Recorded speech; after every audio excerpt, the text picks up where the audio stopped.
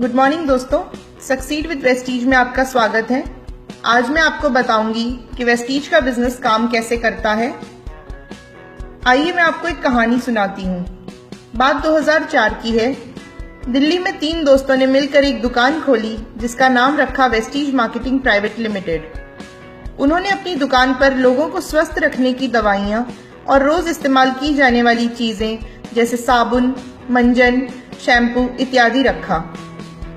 एक दिन उनकी दुकान पर एक ग्राहक आया।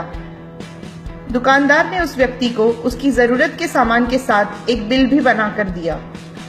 बिल देखने पर वो व्यक्ति अचंभित हो गया क्योंकि उस बिल में सभी चीजें एमआरपी से 10 से 20% की छूट पर थी। आश्चर्यचकित व्यक्ति ने दुकानदार से पूछा, आपकी ये दुकान तो नई है, फिर भी आप मुझे सामान छूट पे क्यों दे रहे हैं?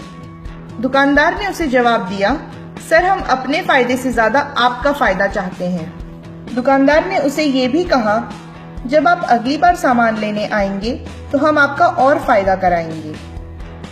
अगले महीने वो इंसान फिर उसी दुकान पर सामान लेने पहुंचा। इस बार जब उसने सामान खरीदा तो उसे छूट के साथ साथ कुछ सामान मुफ्त भी मिला। उसने फिर खुशी से दुकानदार से पूछा, ये प्रोडक्ट्स आप मुझे मुफ्त में क्यों दे रहे हैं?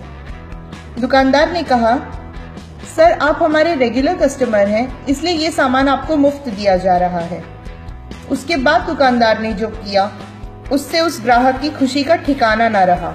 दुकानदार ने उसे एक चेक दिया जिसकी राशि तो बहुत कम थी, लेकिन उस ग्राहक की खुशी बहुत ज्यादा थी क्योंकि उसे आज तक किसी भी दुकानदार ने 1 रुपए तक नहीं लौटाए थे।